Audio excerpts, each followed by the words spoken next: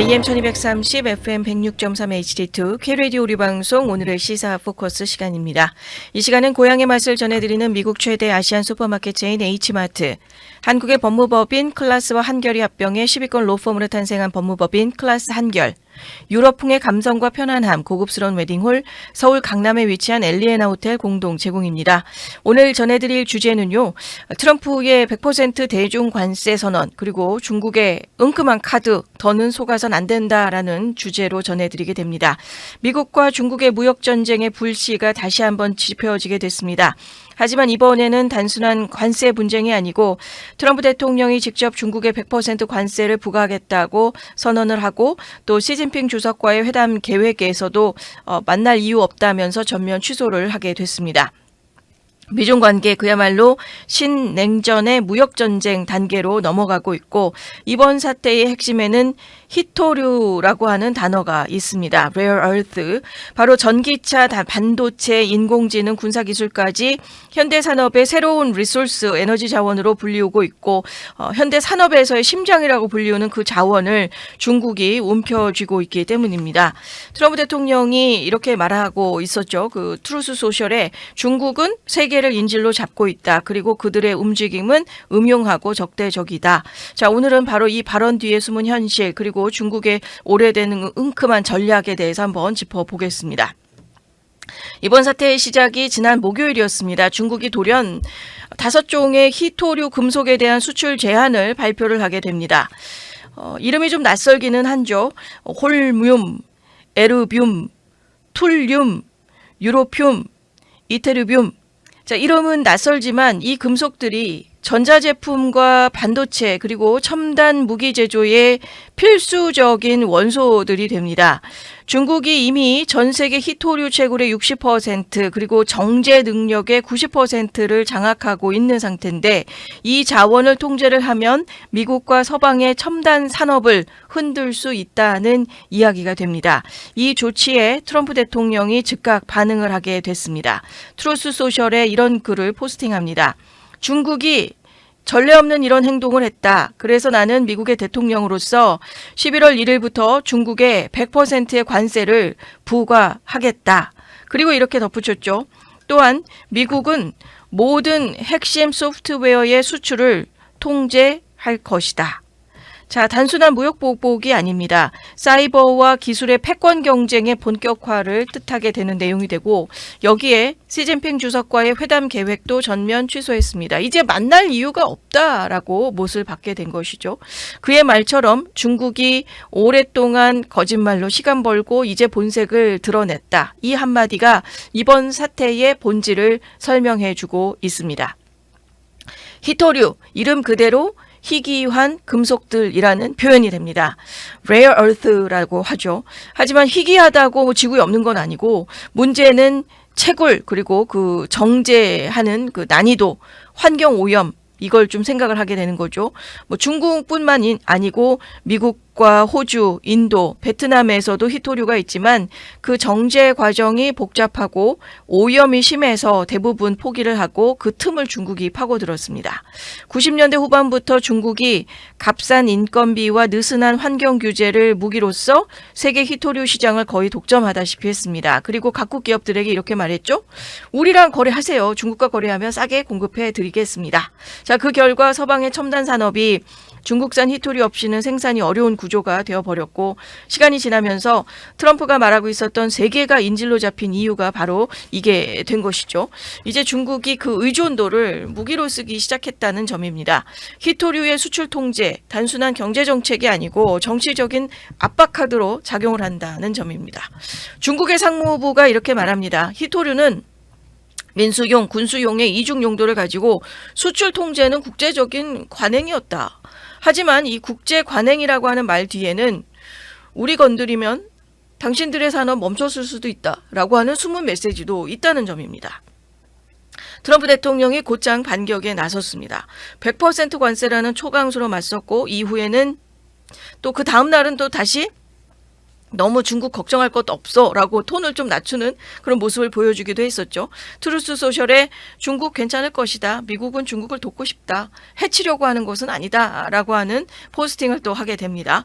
겉으로 보기에는 전날에는 이렇게 말했는데 100% 관세 부과 그러고 놓고 그 다음날 또 중국 괜찮을 거야 라고 얘기하는 게 모순된 말처럼 들릴 수 있지만 하지만 트럼프 스타일의 특유의 협상 스타일을 그동안에 우리가 겪어왔었다면 또 그 고개를 끄덕일 수도 있는 부분이 되고 있습니다. 언제나 일단 압박 그리고 이후에 회유라고 하는 이 두 단계를 번갈아 쓰고 있습니다.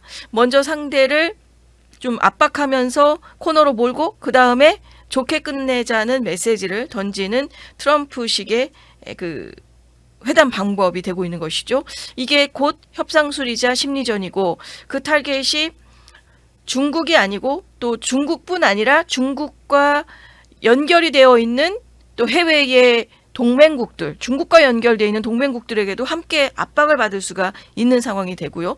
또 미국 내에서의 여론을 봤을 때도 미국의 강조점을 또 강조하게 되는 그래서 트럼프의 지지층을 좀 더 견고하게 만들 수 있는 그 바탕으로 또 삼을 수 있고요. 또 미국 내에 있는 기업들에게도 여러 가지의 압박 카드를 활용하고 있다라는 것을 보여줄 수 있는 계기로서 활용을 했다는 것이죠.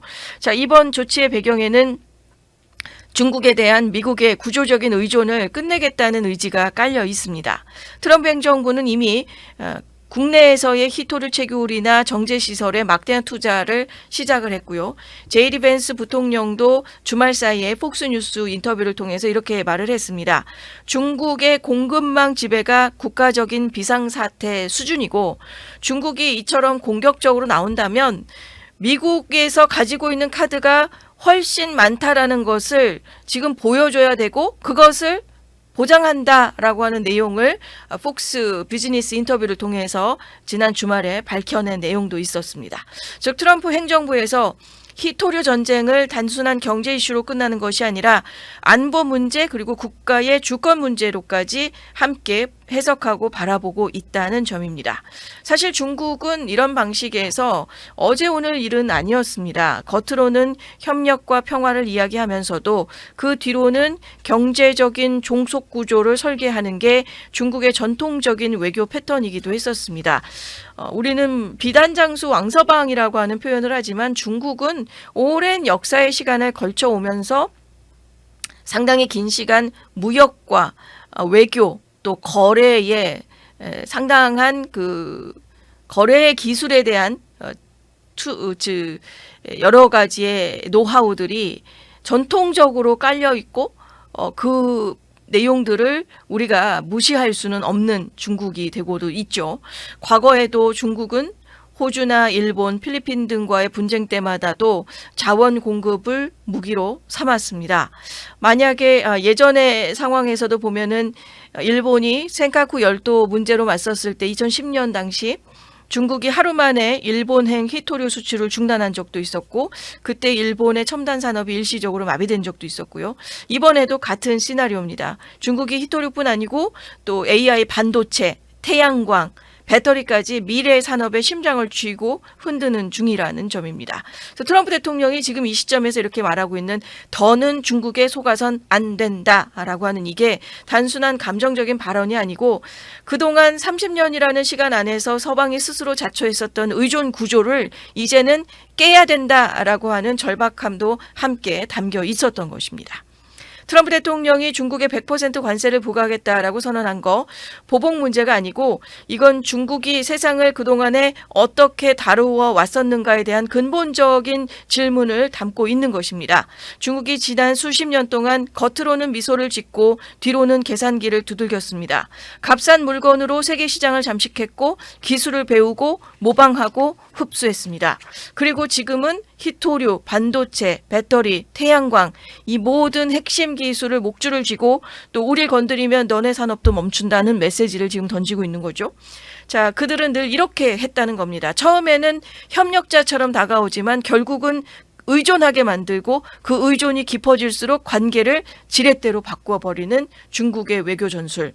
이것은 무역이 아니고 전략적인 포섭이고 나아가서는 통제까지 갈 수 있는 부분이 된다는 점입니다.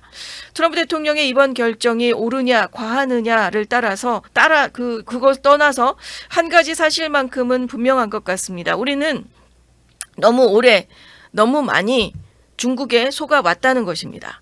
싸니까 좋다? 편하니까 쓰자. 그 말 속에 들어있었던 게 결국은 자립을 잃는 과정이었다는 것이고, 히토류 하나, 배터리 하나, 칩 하나가 이제는 중국이 허락 없이는 생산되지 않는 세상, 결코 우연이 아니고 중국이 오랜 시간 치밀하게 설계했었던 경제 포위망의 결과가 되고 있다는 것이죠. 자, 이제 우리는 물어야 되겠습니다. 과연 다시 속을 것인가입니다.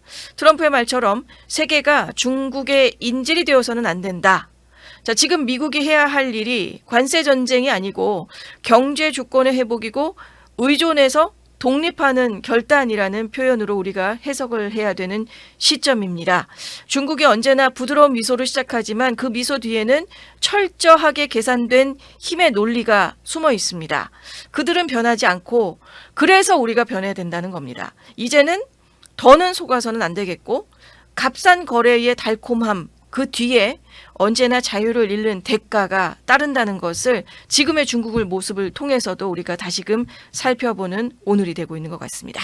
오늘의 시사 포커스 여기에서 마치겠습니다. 고향의 맛을 전해드리는 미국 최대 아시안 슈퍼마켓 체인 H마트, 한국의 법무법인 클라스와 한결이 합병해 10위권 로펌으로 탄생한 법무법인 클라스 한결, 유럽풍의 감성과 편안함, 고급스러운 웨딩홀, 서울 강남에 위치한 엘리에나 호텔 공동 제공이었습니다.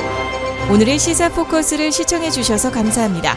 최근 시사 소식을 더 자세하게 알고 싶으시면 구독과 좋아요, 알림 설정을 꼭 눌러주세요.